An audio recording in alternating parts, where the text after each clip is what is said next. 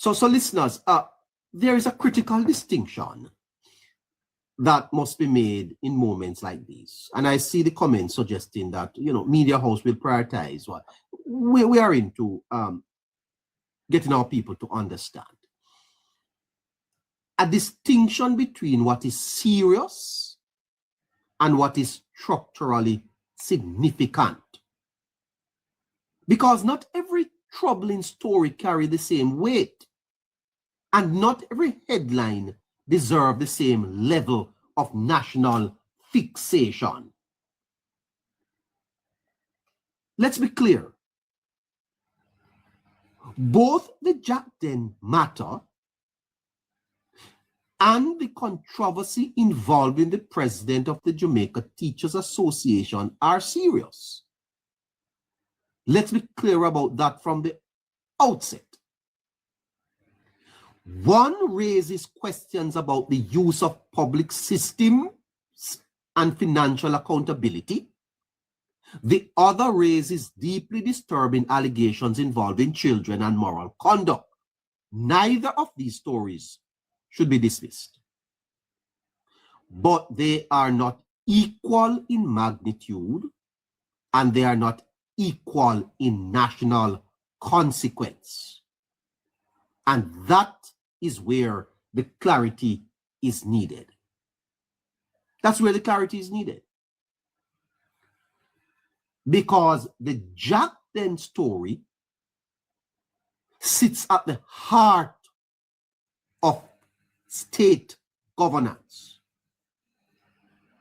It emerges from the Auditor General report, meaning it is rooted in a formal investigation, documented findings, and institutional review. It involves the use, and some would argue the misuse, of a public mechanism, the tax-exempt status of a major institution, and it raises questions about how public resources are managed, who benefits, and whether systems designed for the public good are being diverted for private advantage. This is not a hypothetical issue. It is not based on rumor or anecdote. The Auditor General's report is grounded in evidence. It is grounded in numbers. It is grounded in traceable transactions. Money is involved.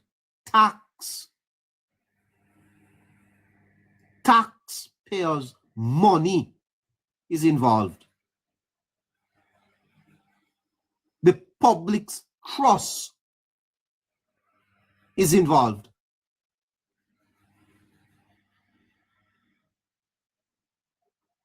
And critically, a sitting political figure is connected to the matter.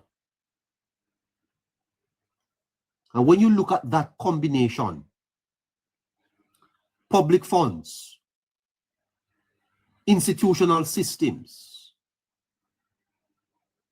political actors, this is what elevates a story from controversy to national significance.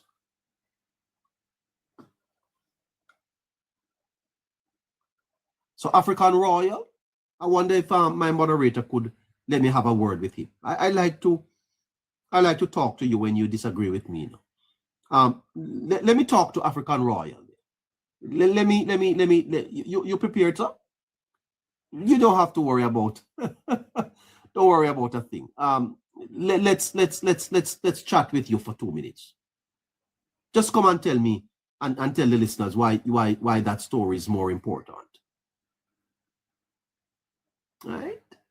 Because when those three elements intersect, when you intersect public funds, institutional systems, and political actors, the implication extend African Royal beyond individuals. They touch the integrity of governance itself. Now, my friend African Royal, let's contrast that with the JTA issue. Let's do the contrast. The allegations are serious. No one can deny that. The idea that children may have been exposed, and note, may have been exposed, because to date,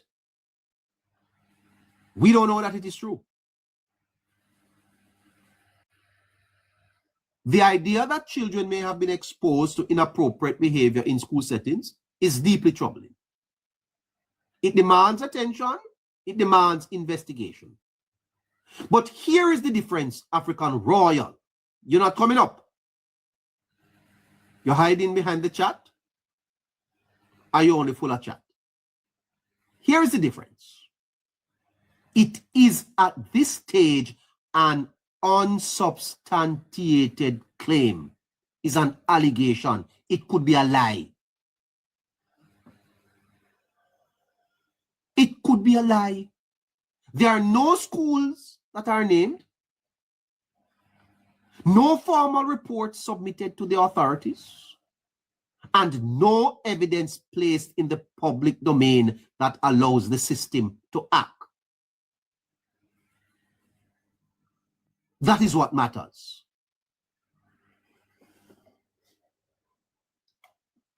Because in public life, seriousness alone is not enough to determine magnitude. Verifiable matters, or things that are verified, actionable matters, evidence matters. A story cannot be investigated until you provide the evidence. And when you can't, and when you have a story that you can't investigate, how does it carry the same weight as a story that you have the documents, the findings, and you can measure it? This is not about dismissing the JTA issue. It's about placing it in its proper category. That story needs to be placed on the back burner. And after tonight, if nothing else comes out of this matter, we're not discussing it here.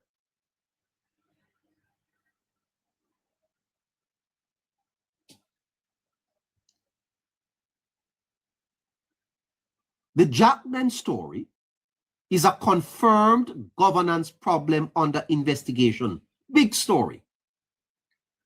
The other story is an allegation awaiting substantiation. To treat them as equal is to blur the lines between fact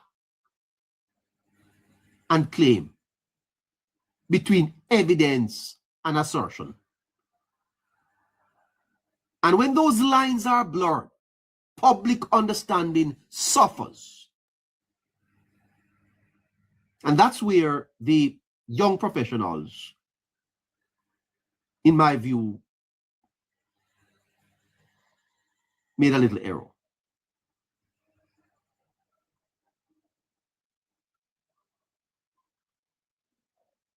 You know, there's a deeper responsibility here, you know, and it rests with the media. The media does not simply report reality. It shapes perception of reality. I want you to understand that the media does not only report the reality, the media shapes the perception of reality. That means the media is powerful.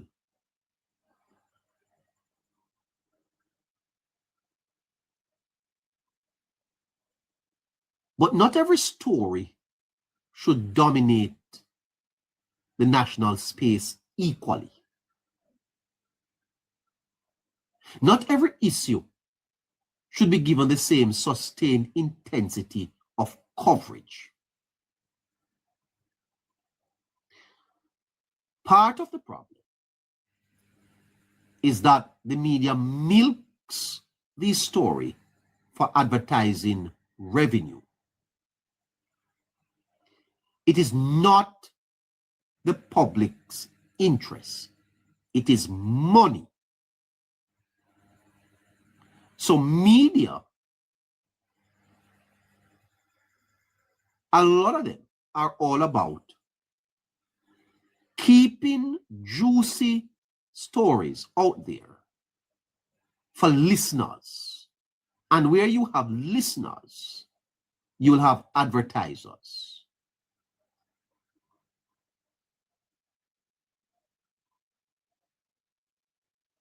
Not every issue should be given the same sustained intensity of coverage. Some issues, you mention it in your newscast and leave it alone. Because attention is not neutral, you know. It directs public energy, public concern, and ultimately public judgment. And when disproportionate attention is given to a story that lacks actionable evidence, two things happen.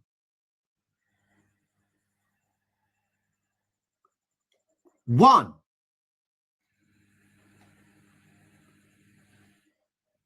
it creates noise without resolution.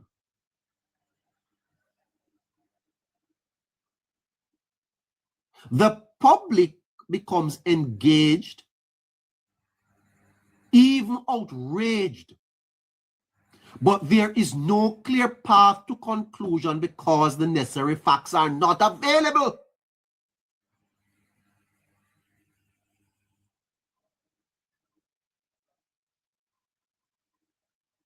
There is a subject in psychology that they call conditioning. And this is what is happening. We have successfully conditioned the people of Jamaica with noise, suggesting that something is happening of a magnitude, but at the end of the day, no facts are available to bring that matter to any conclusion. It's a waste of time.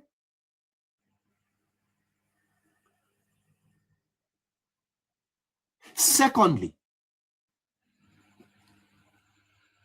and this is what is fundamentally important, is that we displace the more substantive issues. The first thing we do is that we create noise without resolution. And the second thing we do is that we displace the more substantive issues. Jack, then, is what we must be talking about. Issues that are already documented, already measurable, already demanding accountability. In this case, that issue is Jack, then.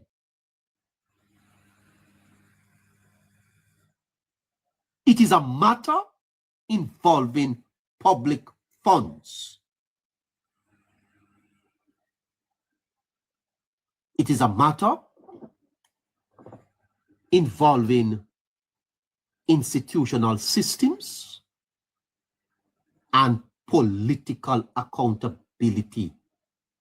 And it should not be overshadowed by a story that at this stage cannot yet move beyond allegation. That is not good journalism. It is a misallocation of focus.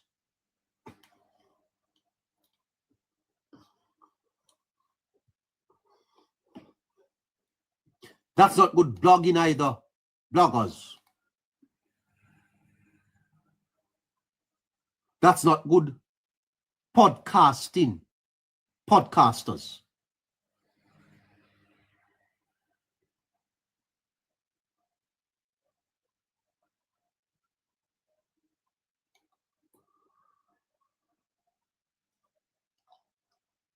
Now, let's be clear.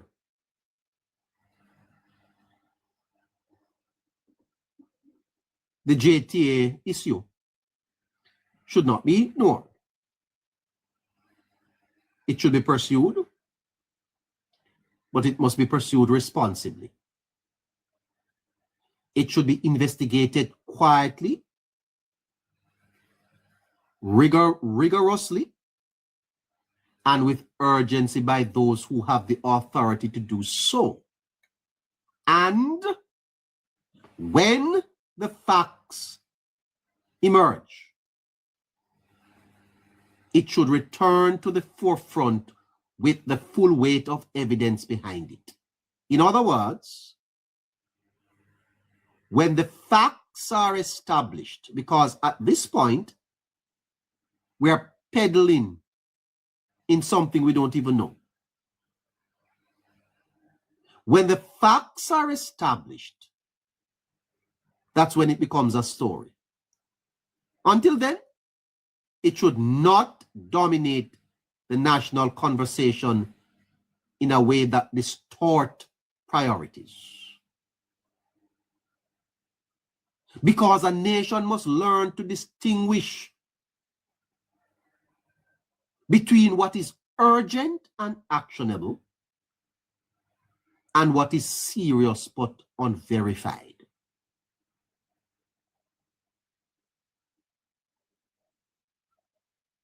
That distinction is the foundation of mature public discourse. At its core, listeners, this is about discipline. The discipline to focus on what can be proven,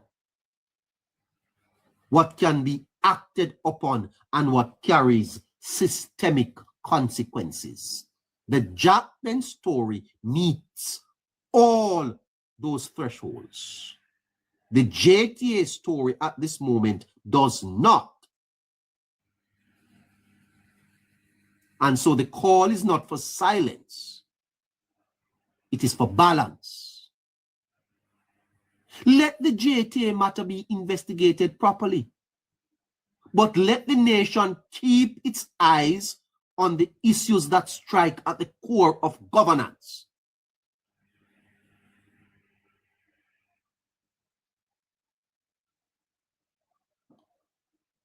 Because just when the People's National Party was in the corner and are being knocked down, here comes this story. And you leave them there to breathe, to recalibrate, to re-strategize over a story that is not even verified. Because in the end, a society is not only judged by the issues it raises, but by the judgment it exercises in deciding which issue demand its sustained attention.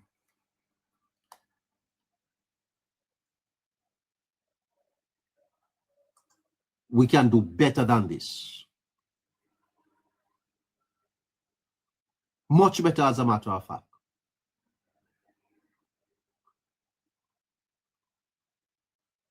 There are more important issues for us to discuss. Let's move on to those. Because this may very well be a classic distraction.